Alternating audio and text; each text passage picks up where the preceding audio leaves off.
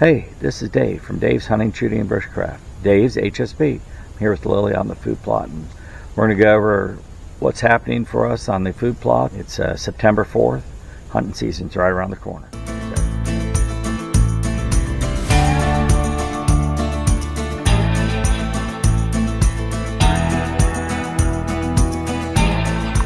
Hey, it's Dave out here on the property with Lily, my little buddy. So, yeah, normally, it's August 4th, or no, September 4th. Normally by now, I would have at least seeded the food plots. I think pretty traditionally, August, maybe September. I can't even think about it right now because the ground is so dry. The last 4 or 5 weeks we've had, like here in where my property is, maybe half an inch of rain, just enough to make some of the grass grow a little bit. But the ground itself it's very dry, and I'll show you here in a minute. But I got my seed ready. Woo! And my sneezes. Let's see.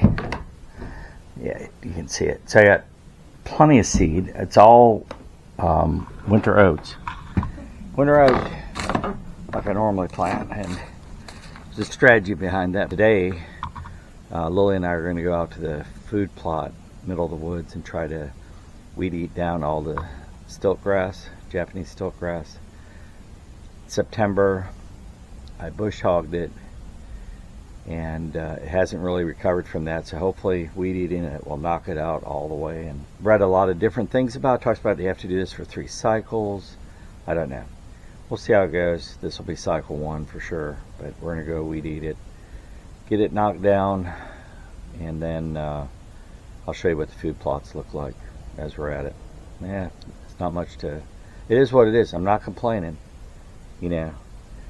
This property, I set it up as a food plot based deer hunting property, and it's because of its shape. It's 23 acres, but it's only, I don't know, 450 yards wide, and the rest is deep. So it's not super wide. It does hold deer, but it doesn't have a natural water source. The water tank I put out on the food plot in the middle of the woods is dry. First time ever. So that tells you how little moisture we've had. So anyways, we're gonna head out there and we'll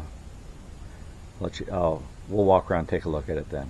Dave out. Hey, we're out at the food plot, so we're gonna walk around. I'll show you some stuff. So just as a general, you give a good look at it. So we got right there, that's a beech tree. It's already losing its leaves. There's another beech tree fully green. I didn't know what's up with that. I have to do a little research. You can see the impact. So all through here was stilt grass. A lot of it's brown now, but it does come all the way up and borders into what I'll call like a, I don't know, maybe it's a fescue or a Johnson, I don't know what kind. It's just a regular grass. Comes all the way up into here. So I'm going to weed eat around what I consider native grasses. Try to leave them in place the best I can and get rid of this stilt grass. It's real heavy down in the corner. Let's go down there and look real quick. So we got to do a pirouette because Lily's got me bound up.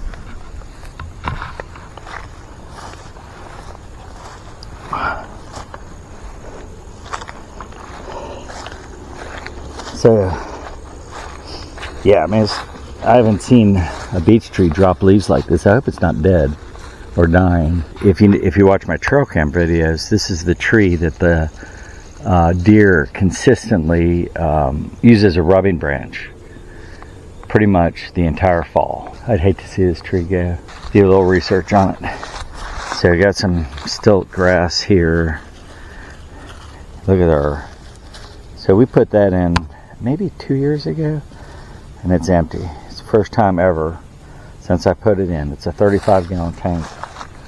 that it's gone dry. And so yeah, we're just gonna go, won't be a whole lot of weed eating, but enough. So we'll do that. Let me show you this dirt so you see what I mean. So, I made a food plot.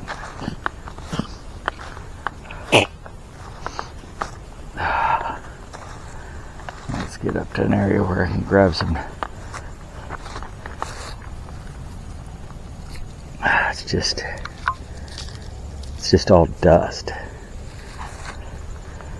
I'm afraid if I till it, I'll just dry it out too much. So, I don't know. It has some moisture in it. The weather's been unbearable too. So, not only has it been, but look at this. So, there's like no moisture in that. It just turns to dust. If I go down, let's go down a bit. So that's like a couple inches. Yeah, it's still nothing. So, yeah, to even try to plant right now would be ridiculous. There's not enough moisture in the ground to do anything. And for the next 10 days, there's no rain in the forecast. We're pretty much at a standstill on seeding this until I get a forecast of rain. I did last year and then ended up having to replant a bunch of times. I'm not into that. I don't want to have to do that again this year if I can avoid it. I have enough growing season here in Tennessee where you can plant late. I mean, I think I was planting this food plot, replanting it in October, and it still did okay. Been nice if I could do it early, but I just need to catch a period of time where there's like 5 or 6 days in a row of rain. Get out here right before that, plant the seeds. Plant it, till it and plant it. My tillage is really light. I go down deep enough to germinate seed. So, what's that? 2 inches max, maybe. I think the winter oats are 3/4 to an inch of depth, and by and large, that's what I get. I usually have really good germination.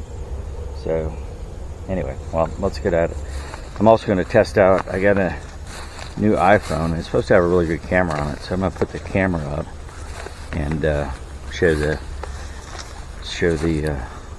excitement of me cutting down weeds, if you can call that exciting. All right. So Dave, why are you weed eating the Japanese stilt grass? Well, there's a lot of different theories, I guess the best way to put it out there on the interweb, the best I could find. A lot of theories about how to get rid of it, or even some that say you can't get rid of it. But the most common one that I came across said that you can mow the stilt grass or cut it down, and if you do it in September, or if you do it before it seeds, right before it goes to seed, the plant itself will die and it will miss that cycle of seeding. Now, some said you had to do that for 3 cycles, meaning 3 seasons. Other sites did not mention that. I don't know what the truth is there, and I don't even know if this will work. Some said just cutting it with a mower would work. Others suggested using a weed eater or something that can cut it really low to the ground. That's what I'm going to do, because I want to get rid of it. And so that's why the weed eater. It will cut it all the way down to the base. Hopefully it works. Time will tell. Dave out. Hey, it's Dave. I'm on the food plot in the Pinelands, and spin around to look here in a minute, but this is it's more bleak up here than it is down at the food plot in the middle of the woods. So yeah, let me spin you around. You can take a look. So I mean, there's no growth. Basically, it's just dirt with leaves on it. I got some weeds here in the middle, some sucker trees, little sucker pine down there. Nothing. And then come over this way, it's the same. I got some remnants of some food plot in the very down corner there. That has survived. That's the only spot. Super dry up here. Yeah, so the conditions are not right to plant, and I gotta be patient. Hopefully it'll happen. Thinking back to the past years, I've always found a window where I could plant before October, and I may still yet, but I don't remember it being this dry